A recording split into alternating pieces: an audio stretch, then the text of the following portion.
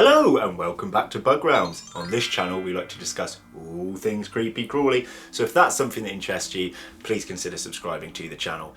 So today we are going to be looking at the Dairy Cow Isopod. So perhaps you fancied getting yourself some isopods and you want to know where to start, or perhaps you've got dairy cows but they're just not reproducing. So today's video I'm going to show you my basic setup for the Dairy Cow Isopods and how I have managed to breed so many, to the point where last year and this year I have actually sold on or given away or traded over 400 of these isopods. That's right, over 400, and the care that I am giving them is really basic. And the actual main reason I am popping out this video for you is because I'm actually going to change the conditions of these isopods. Right now they're in a plain plastic tub. Right now their care is on the super basic level, but soon after the Brighton show I am going to be upgrading these guys home to a bioactive setup with a much more naturalistic feel to it, and I want to see if the production levels of these isopods increases, decreases, or stays the same. So let's have a look at how I keep mine and what I'm going to change in their environment. So this is it, a plain simple storage tub, and in the side there were ventilation holes which are now covered by bits of sponge just to stop escapees. Now these sponges, I do change them, they're not for drinking water or anything like that. They're just kind of bungs for the holes, and the reason is I actually got these off a gentleman a fair while ago now, quite a long time ago. It was just giving them away, and this was the setup he had them, and I didn't want to change it because I didn't know much about isopods. So if we open it up, all that I changed from how this man kept his was I added some moss to one side of the enclosure to keep up the humidity levels. You may see the odd roach in here. I've got a few roaches living in here for the moment. This is just temporary for them. But as you can see, they're all scarpering around. Look at the colorations of these beautiful isopods. Now most people recommend that what you do is you give them a lot of leaf litter and decaying wood. Now that is what I would recommend to you, and that is what I'm actually going to be doing when I change them to a bioactive setup. But because I wanted to keep the colony the same way the previous gentleman did, because he had such success, was I kept it his levels, which was feeding them a certain mix of bug grub here and using egg cartons for places to hide. So if I lift some, you're going to see loads here, guys. Absolutely tons of them. There we are. Always go by the moist parts of the enclosure, and they like to hide. So I have had, in this most basic of setups, I replace these every month. I put these in till they kind of disintegrate in. This is a topsoil mix down here, bug grub, and all I did was add a bit of moss that was different to the previous gentleman.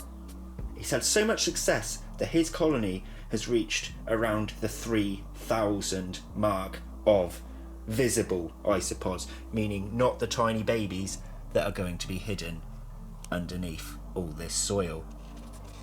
So I also have a nice colony of springtails in here too. Add some springtails in, guys, because it will help with the cleanup. Even though the isopods are cleanup crew themselves, there is no problem having some springtails in here too. You can actually breed them along with these.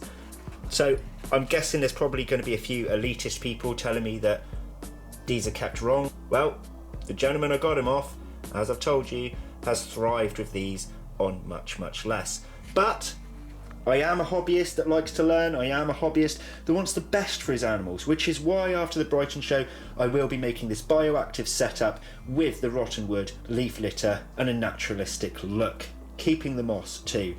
Now I will still provide them this bug grub because these have thrived so well since I've been putting this on.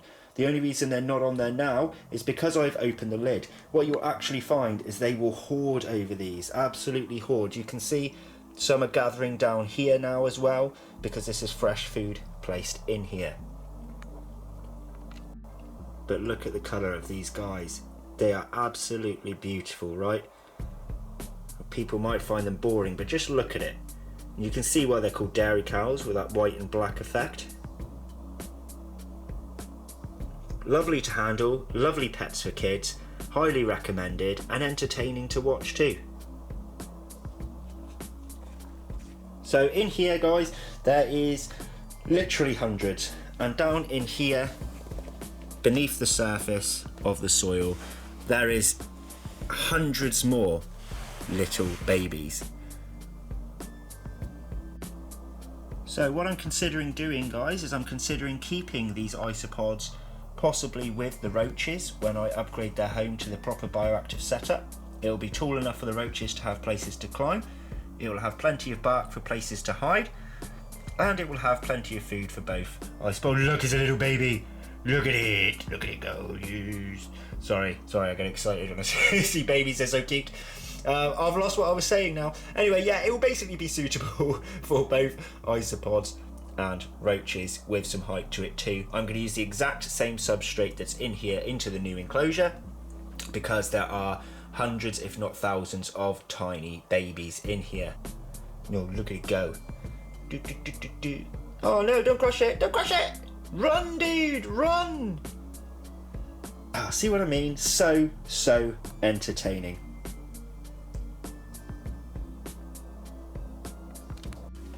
So overall, if you want to get a colony started at home, pick yourself up, I would say, at least 50 of these isopods.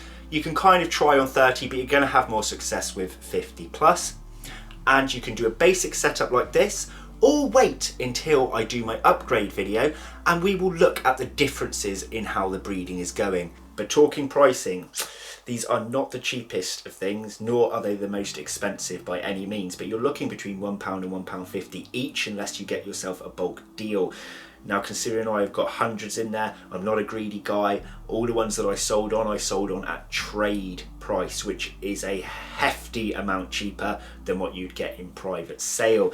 Anyone attending the Brighton show in November, although it might be November now, I have actually recorded this video a lot earlier. We recorded this in October, so I'm not quite sure of the date this is coming out. But anyway, to the point, if anyone's attending the Brighton show and would like to sample some of these, maybe 10 or 20, just to see how you get on with them, and if you do like them then you can go and buy some more, send me a private message on Facebook or Instagram and I'll discuss doing these at a really cheap rate for you. I would normally give things away, I give a lot of things away, but I actually really want this colony to grow, so to take anything off you would kind of give back to the hobby to allow me to extend them and buy more for them to have them to breed quicker. So I'm not a greedy guy, it would be cheap as chips, but I will need a little something, and I hope that doesn't sound rude to say so.